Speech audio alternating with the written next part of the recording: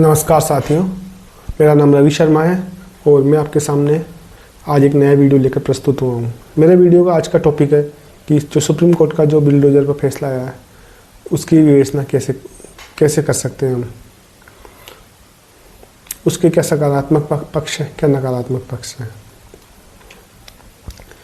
देखो, अभी हाल ही के दिनों में सुप्रीम कोर्ट का जो फैसला आया बुलडोजर के ऊपर, उसमें सुप्रीम कोर्ट ने बुलडोजर को असंवैधानिक बताया है।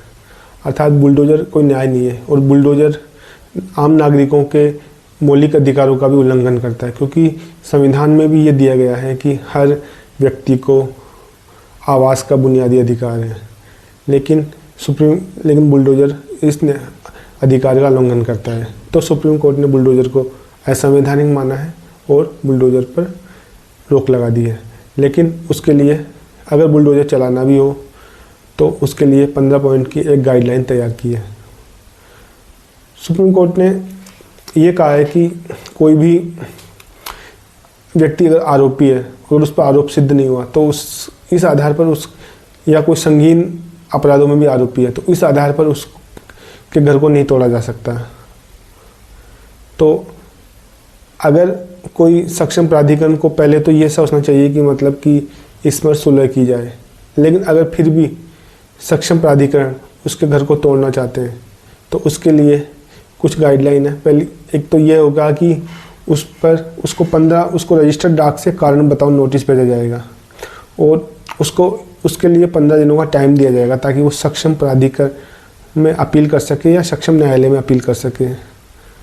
और इसके अलावा ये भी है कि उसको ये भी अतिरिक्त समय दिया जाएगा ताकि वो अनाधिकृत ढांचा है वो स्वयं ही तोड़ ले।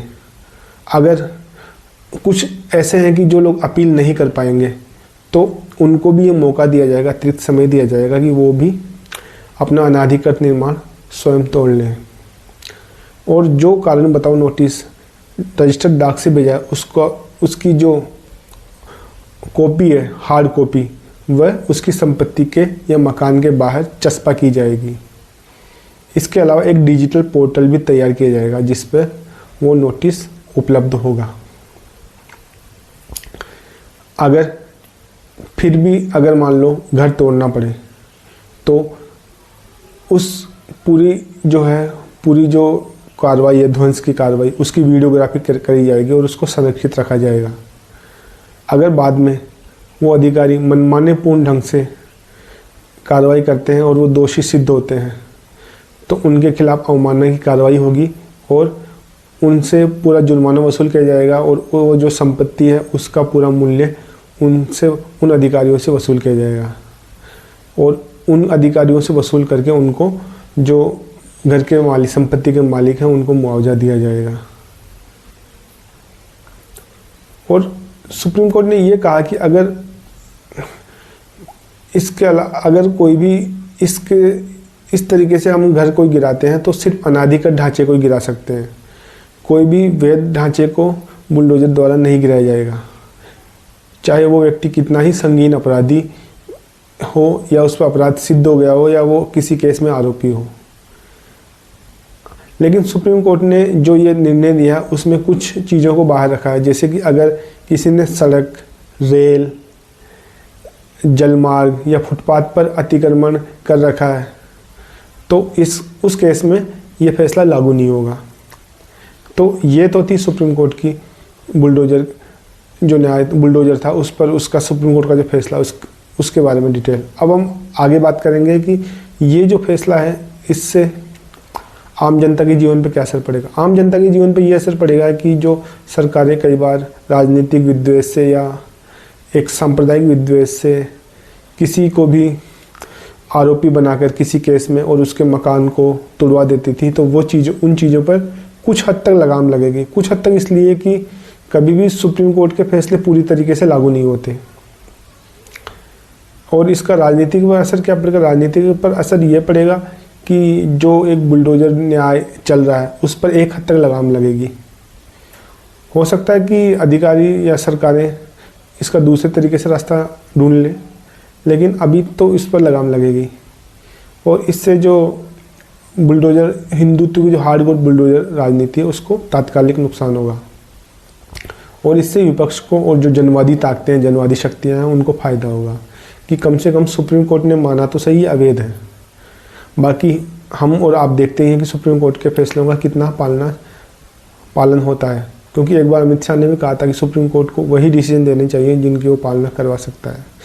अब सुप्रीम कोर्ट के डिसीजन का कितना पालन होगा या नहीं होगा ये तो भविष्य के गर्भ में है, लेकिन तात्कालिक रूप से सुप्रीम कोर्ट ने बुलडोजर न्याय पर ब्रेक लगा दिया है और उसके लिए एक नियमावली तैयार की है कि इन संदर्भों में ही सुप्रीम कोर्ट का बुलडोजर न्याय लागू हो सकता है।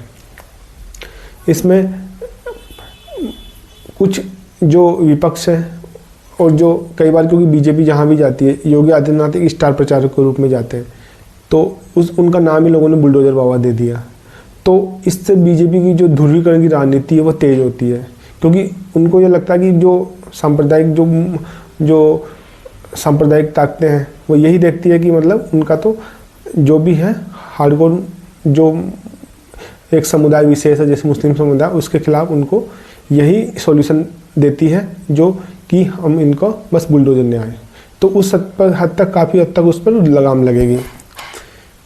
तो दूसरा है कि आम जनता सरकार, लेकिन सुप्रीम कोर्ट भी हर मामले, जैसे इस मामले में फैसला दिया, सरकार संविधान में तो हमें बहुत से मूल अधिकार दिए हुए हैं, संविधान में जीने का अधिकार है, संविधान में सबको रोजगार का अधिकार भी है, क्योंकि रोजगार का अधिकार एक जीने के अधिकार से मिला हुआ है। तो देश में बेरोजगारी है, इसके लिए कभी सुप्रीम कोर्ट ने सरकार को ये डिसीजन नहीं दिया कि आप ऐसा कोई डिसीजन लागू दो कि सरकार मजबूर हो जाए कि सभी को रोजगार मिले। तो सुप्रीम कोर्ट भी अपनी सीमाओं को ही प्रदर्शित करता है, लेकिन फिर भी ये मैं मानता हूँ ये एक सुप्रीम कोर्ट का एक अच्छा डिसीजन है और संविधान की सीमाओं में रहकर अगर कुछ किया जा सकता है तो उसके हिसाब से देखा जाए तो ये ठीक डिसीजन है। ठीक है, अगर आपको मेरा ये वीडियो पसंद आए तो आप इसको लाइक कीजिए, मेरे चैनल को सब्सक्राइब कीजिए और बेल आइकन दबाइए। नमस्कार, मिलते हैं फिर ऐसे ही किसी और वीडियो में।